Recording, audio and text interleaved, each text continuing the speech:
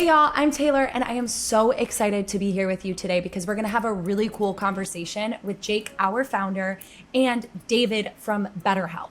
David is the Senior Clinical Operations Manager, and this conversation is gonna be about music and mental health and all of the things and how you can heal if you're struggling and use music to help you. For those of you who might not know me, my name is Taylor. I create all of the content at HeartSupport, and I am also a licensed clinical mental health therapist in the state of New York. My name is Jake Lures. I'm the founder of HeartSupport, and a lot of other people may know me as the frontman of the metal act August Burns Red. Back in 2011, I founded HeartSupport. Just really excited to share more about the community that we have, the impact, and the importance of mental health. And David, I would love to hear a little bit about you and what you do at BetterHelp. Thank you so much. I'm excited to be here. My name is David Yadish. I'm a licensed professional clinical counselor in the state of California, and I'm a senior clinical operations manager at BetterHelp. So I work on the platform, I have individual private practice clients, and I also help support operations in the background. I'm really excited to share a little bit about what HeartSupport is and how it was inspired. I've been touring over 20 years all over different countries and the United States, and what I started to see at my shows after performing was getting to connect with my fans and hearing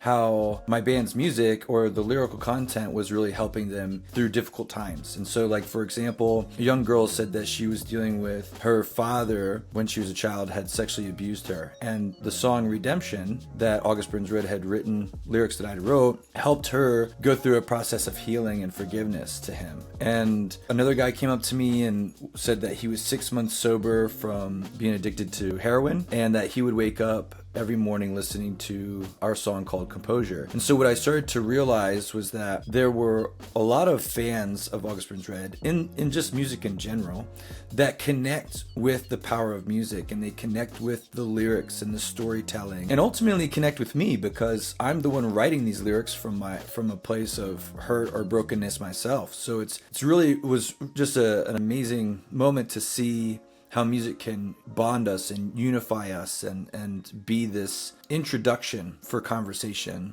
about struggles that we go through in mental health. We have an amazing team. We've got a bunch of beautiful volunteers that are just great at listening and engaging people where they are. We know that there's people there that need to start to engage their mental health so that they can find some healing and live really the life and the purpose that they were gifted to have. You know? We're really excited about this partnership because starting that conversation about mental health is part of what BetterHelp was built off of, right? Like back in 2013, when BetterHelp started, the goal was to help break down some of these barriers that people have for accessing mental health. So affordability, accessibility to a different therapist, accessibility to if they're having difficulty leaving their homes or need something at a distance rather than going into a traditional office setting. So BetterHelp was founded and has grown into this amazing opportunity for individuals who have started the conversation about mental health, who are looking for support and maybe can't find that access or those resources in the community. We have more than 30,000 therapists on the platform. So there's opportunities to meet someone that you can really connect with. You're not stuck with just whose office is closest? Is this person available right now, or is it going to be in 3 months? We match people within 24 to 48 hours. So our goal is to really continue this conversation that's already been started in other venues, that's already been started across the music industry and social media, and really help people connect to professionals and get that support that they need and deserve. I'm curious to know, have any of you tried BetterHelp yourself? And can you share a little bit about that experience if you have? Yes. When I first was introduced to you guys, I was like, this is so cool because people that, for example, my life is a little crazy because sometimes I go on tour and I'll be away from home, or, I'm running around, and it feels like a lot of people just have like this crazy busyness to their life. So one of the reasons why I love BetterHelp and I really enjoyed it was just that I could set up a time and have basically like a Zoom call with my therapist. It's just extremely convenient. Another thing that goes to my mind too is that, you've got that that button where you can go to another therapist. So if something doesn't work, because I hear it too, it's like, oh, I didn't like my therapist, they were this or that. And it's, again, a lot of times too, because we're going to a very sensitive place in our hearts and our stories, that sometimes we get defensive very quickly. So somebody might ask a question and they're a great human being just trying to help us, and we get so angry or upset. But you have this button at BetterHelp. It's like, hey, we can go to someone else then, and we can try and hear a different perspective, or maybe this person has a different experience, or one that resonates with me. And I just love that you can just do that. And you're like, okay, let's go to somebody else and let's just give it another try. And because you're worth another try, like you should give it another try if the therapist that you meet at BetterHelp just isn't exactly what you were thinking or wanting. I think it's just a really beautiful thing that you guys have here and what you're doing, and it really probably is a great, like, soft invitation for people who are very weary or scared or have fear of sharing about stuff, because man, life does some really dark stuff to us in times, and it's hard for us to share because maybe we don't feel safe, or maybe it's like, oh my gosh, I've never ever said this to anybody before, and it's like, and now I'm saying it to another human being, and so there are people that can understand and sympathize and have compassion and grace and understanding and stuff. And I just love that. And I love that that's what you guys are giving people at a pace that they can take it. I love that so much. And I also love the switch, get a new therapist button. It's like the easy button from Staples, but you just get a new therapist shows up. So let's switch gears just a little bit and talk about our secret sauce and what we all love. And I think so many people relate to when it comes to mental health is music. Music is so powerful. Many people on our channel know my story, and I'm definitely a person who many a times has said the phrase, like, music saved my life. And I lost one of my best friends to suicide, and something that connected us was the music in this scene. It was like hardcore rock music. I always say that metal and like Warped Tour kids are like Misfits Unite.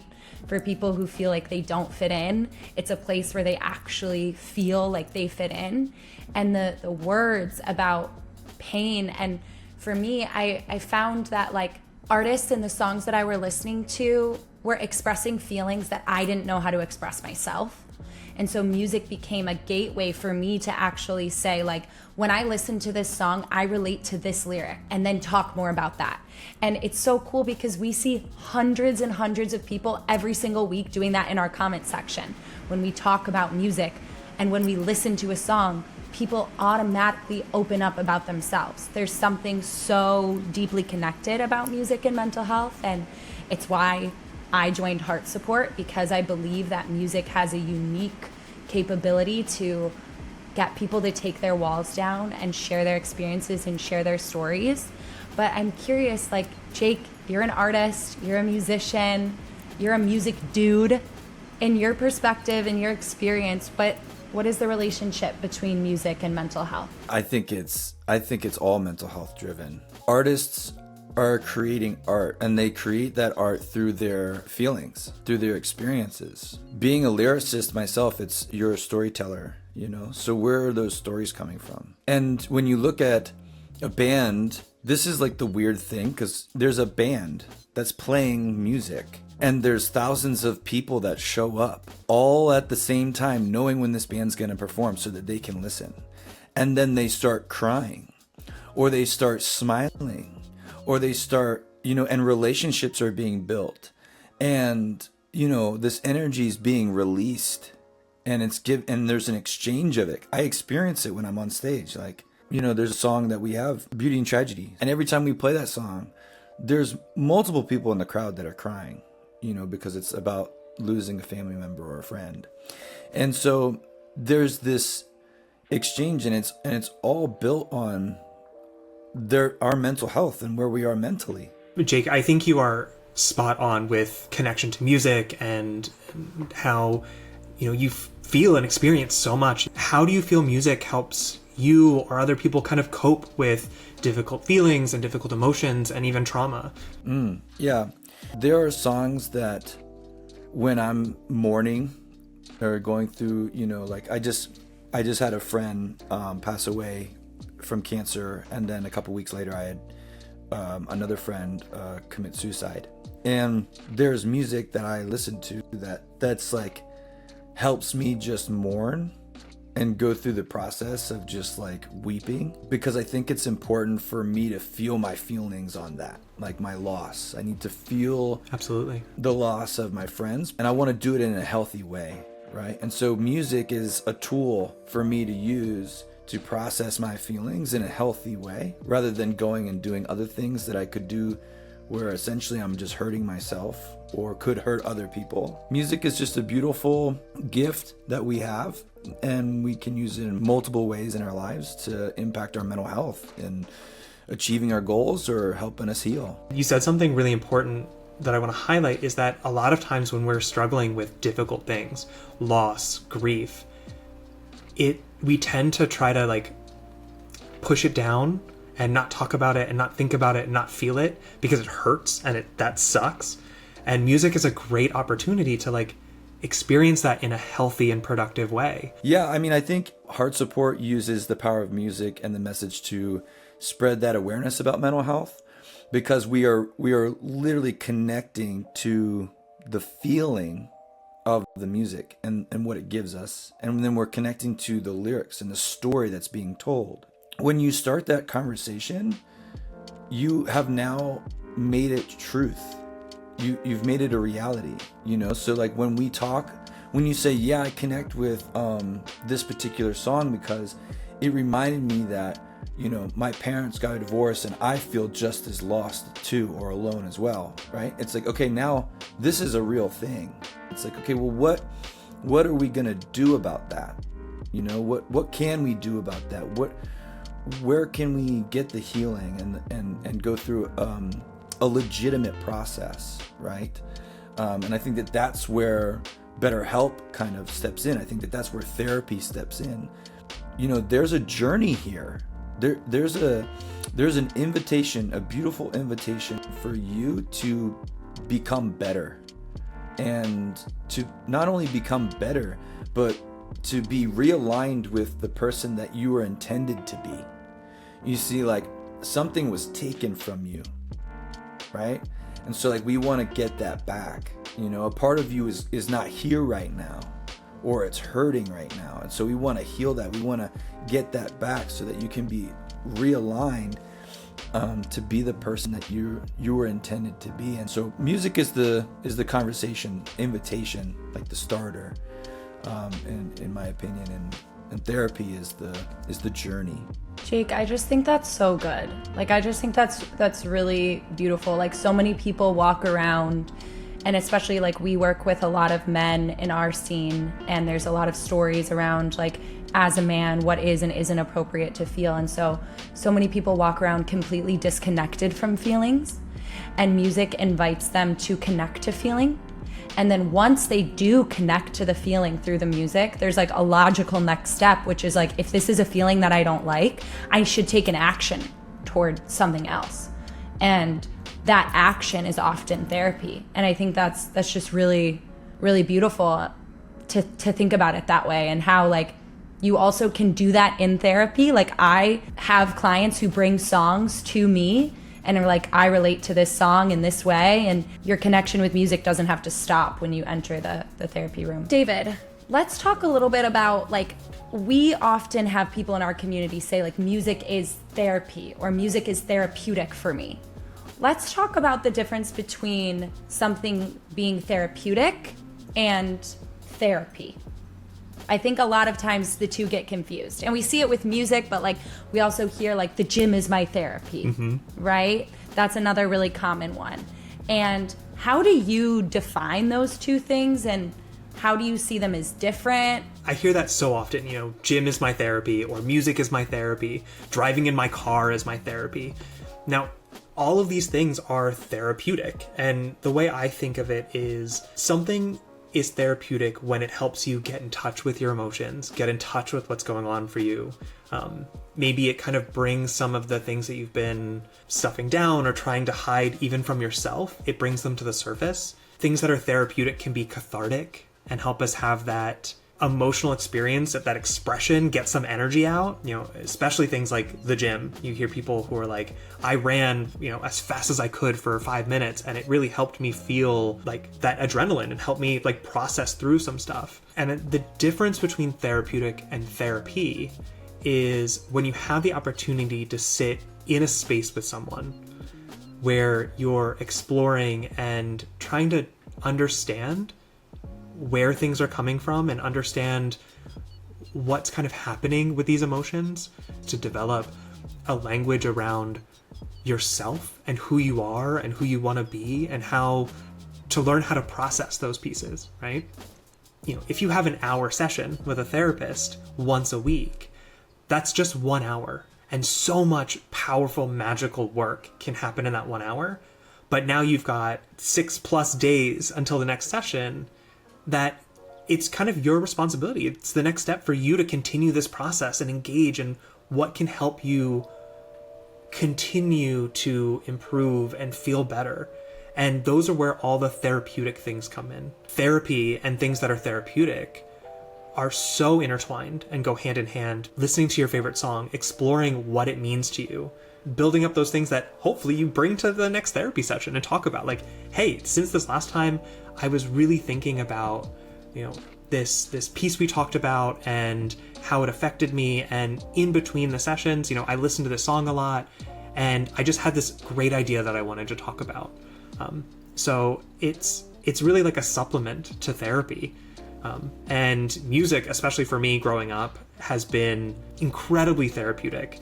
There's songs that I still hear that bring me right back to a moment, right back to a time with friends, a time that was sometimes difficult, and it like brings up a lot of those emotions, and it's healthy to feel those, right? Like that's a part of life, is the difficult stuff and the great stuff. I love that. I think that's so real. We need to continue to do the things that are therapeutic while we're in therapy, but the things that are therapeutic aren't a replacement for therapy. Okay, so we've been talking a ton about therapy, and David, I know I have a pretty strong opinion about therapists going to therapy, but I'm curious, do you go to therapy?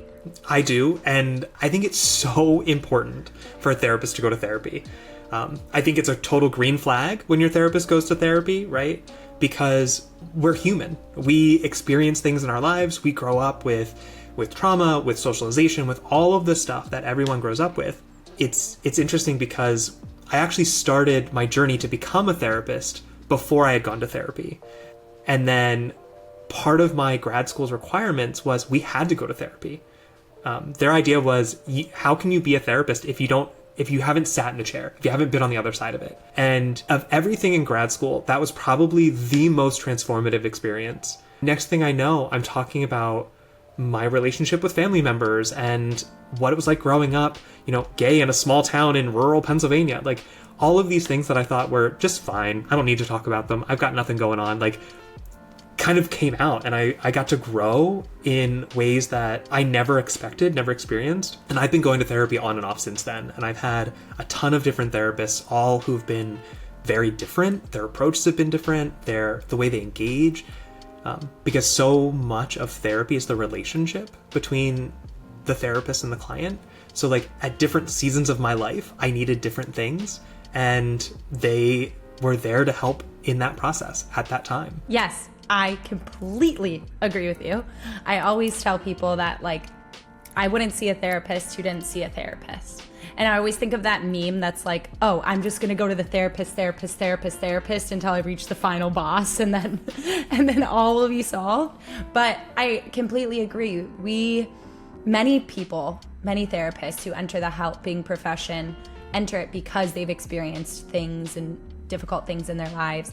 I had an incredible therapist when I was 16. Her name was Jean. She was like 80 years old. She always wore a pink turtleneck.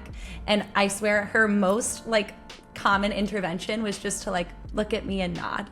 But she made me feel so safe and so seen. And that's where I started to believe in the power of therapy, was how that experience had really changed my life. And I love my current therapist. Shout out to Christy. She's amazing.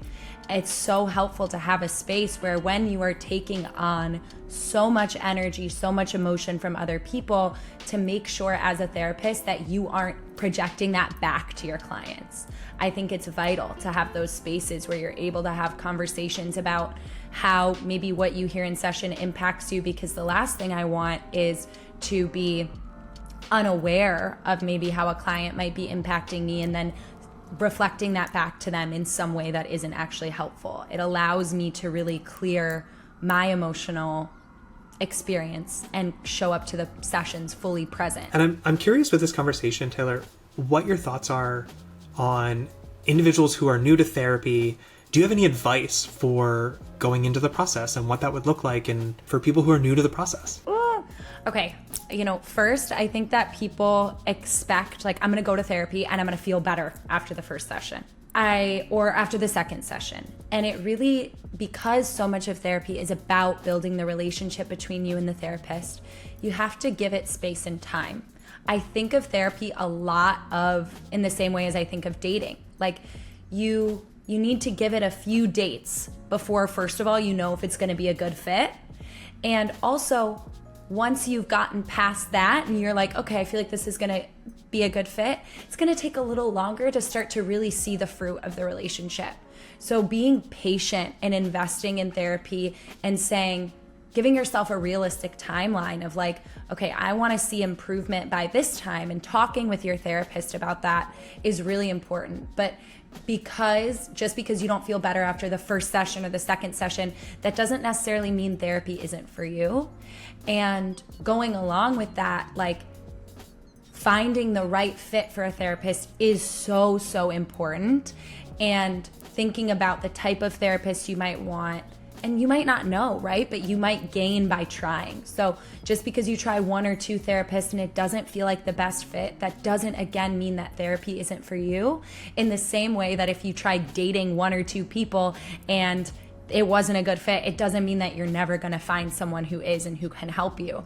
And so it's just like really allowing yourself to be open to the experience and open to, okay, if this person doesn't work, that's cool. Like I can go and I can try and someone else. And I learned that I actually didn't really like this about this person's style. So when I look for the next therapist, I'm gonna look for someone who is more focused on X or whatever that might be. And I just think it's really important for clients to know that it takes time, just like anything, and that you have to find someone who feels like a good fit for you, because the relationship is such an important part of the experience. It can be hard to find someone that you connect with, and then that doesn't mean there's anything wrong with them as a therapist or you as a person by any means. It's just not necessarily the right fit. It's not what you're looking for, How do you build that trust and rapport with clients? Like, what does that look like in a session?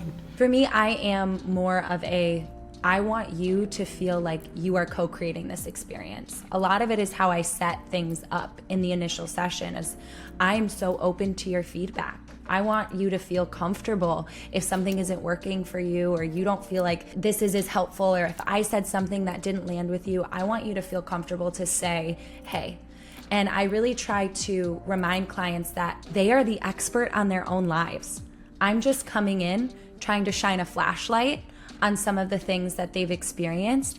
And so I'm not above them. I don't know more about them than they do. I just happen to know more about the mind and the way that it impacts people, and might be able to offer a different perspective.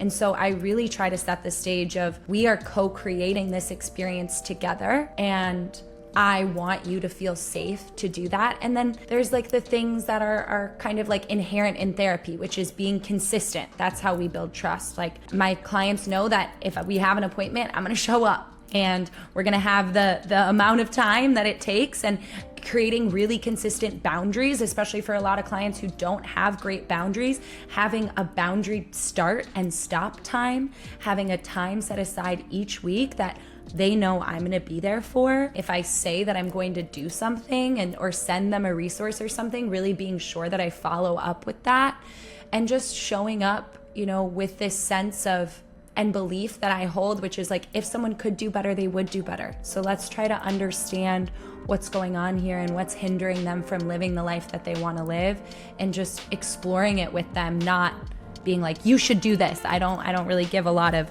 advice. My approach is more to help clients come to their own realizations.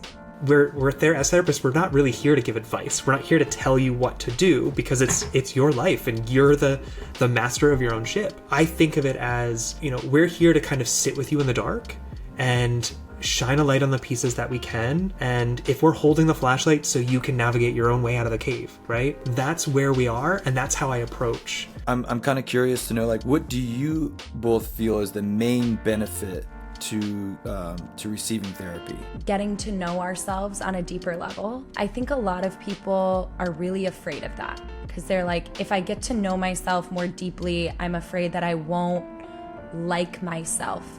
But I've actually found that the deeper you know yourself, the more compassion you're able to hold for yourself. The main benefit of that is growing in self-love and self-worth. And if you have that solid sense of self and self-worth, and I am worthy and I am enough and people care about me, then the ebbs and flow of life, when something hurts or something bad happens, it doesn't rock you as hard, because you have a strong foundation inside.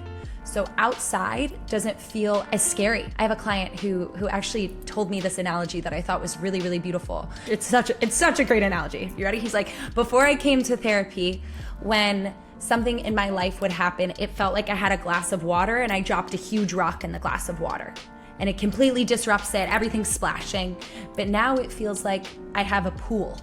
And when I drop a rock in the pool, there's just a little bit of ripple. I just think that is so beautiful, and that's the benefit, right? Is that you can experience the ebbs and flows of life with more security and less roller coaster. Wow, I love that. I want to highlight right there that, like, talk about the main benefits of therapy, like coming to that revelation of, like, it felt like a stone dropping into a cup of water, and now it feels like it's a pool. Like I have so much more space to hold and be resilient in the face of adversity, in the face of trauma, in the face of all of these heavy, difficult things that we go through in life. Those are the beautiful nuggets that come from therapy, that insight and that development of who am I, how do I exist in this world, and how do I exist in relationship to others. I'm speechless. You explained it so beautifully. That kind of like makes me think, and I want to ask David this question: childhood trauma, like, does that something that carries on into our adulthood? Childhood trauma, the things that we experience, affect our adult relationships, how we experience the world, how we view the world around us and ourselves within it. And, it can affect us in how we build trust, right? How we connect to others, how we communicate, how we respond, both verbally and also physically, how we respond physically to stimuli, how we respond emotionally to the things happening. A lot of times we think of trauma in like big T trauma. These are the big things of abuse or a death in the family or like these major life events. But also even those little T trauma things that happen, the things that we often try to write off as people like, oh, that wasn't traumatic. These negative experiences of trying out for your school's chorus and being turned down. Like, it may not feel like there's much of an effect there, but that can have long lasting effects on if you can even go to karaoke, if you can even engage in singing in the car or feeling embarrassed when you're around people. We can have 10 pieces of evidence that say this is not how it is, but that one piece that says you're not worth it or you're not worthy can just continue to reinforce that and make it so challenging to connect with others. All of these things I grew up believing about myself, believing about the world around me, impacts how I relate, how I show love, how I feel like I can receive love. And that's why therapy is so important and so valuable, because it can help you kind of untangle all of the webs and kind of pull apart what has led to this point and how can we build upon it, fix it, and grow. Yeah, that's awesome. I really appreciate the conversation. I thought this was so cool just to even be in the room with two therapists discussing, what it's like with clients, what to expect in therapy, a little bit of like the process, and kind of understanding too that like, man, like there's a lot of things in our lives personally. Every individual person, you experience things, and maybe that's excessively heavy heavy trauma, or maybe it's something smaller that, subconsciously you've kind of been building in the back of your mind and has kind of been walking alongside you in your life. It was really awesome to share about HeartSupport and just the beautiful relationship that we have with BetterHelp, and how it feels so good for us to, when we engage our community using music, to have the conversations that we have a good, healthy place to invite them into the next chapter of their journey with their mental health. So I am so grateful for this conversation. And I just want to say, if you are watching this and you're questioning and you're wondering and you're curious, you are worth it. You are deserving of healing. You do not have to stay in this place that you are. You deserve to heal. You're worth it. You're worth it. You're worth it. I want to reach through the screen and shake you and tell you that you're worth it. And so if you want to take that step towards healing with BetterHelp, David, where can people go? How can they start? Thank you so much for starting these conversations and having people engage in this process. When you're ready to start therapy, when you want to join, you can go to betterhelp.com, and there's a get started button. You'll be asked a few questions about what you're looking for, what your experience is, what you're going through, and we can get you matched with someone usually within 24 to 48 hours. That'll get you connected. That'll get you started with someone. It's so amazing. It is literally as easy as clicking a link, you guys. And we're so excited because right now we have a partnership with BetterHelp where you can get 10% off your first month. So you can just go to the link in our description and click it, and you'll get 10% off your first month with BetterHelp. And we're so grateful for this partnership, because we know that music starts the conversation, but it's not the end of the conversation. And therapy can help you sort and guide and heal, and you deserve that healing. So please take the step if you're feeling called, even if you're feeling curious. You are amazing. I love you guys as always. I cannot wait to see you soon. Mwah.